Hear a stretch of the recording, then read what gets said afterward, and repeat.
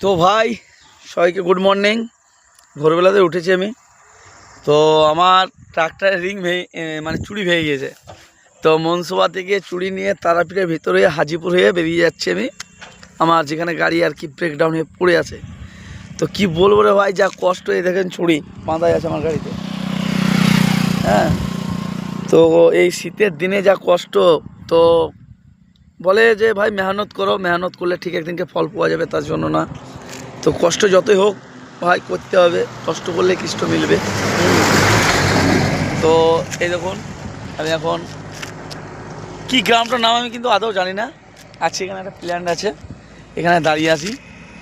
আর এখন আমাকে যেতে হবে এখান থেকে 30 কিলোমিটার। তো বাইক নিয়ে গেছি আমি ড্রাইভিং করে। তো দেখা যাক কি হয়। আর এটাই তো আপনাদেরকে বলছিলাম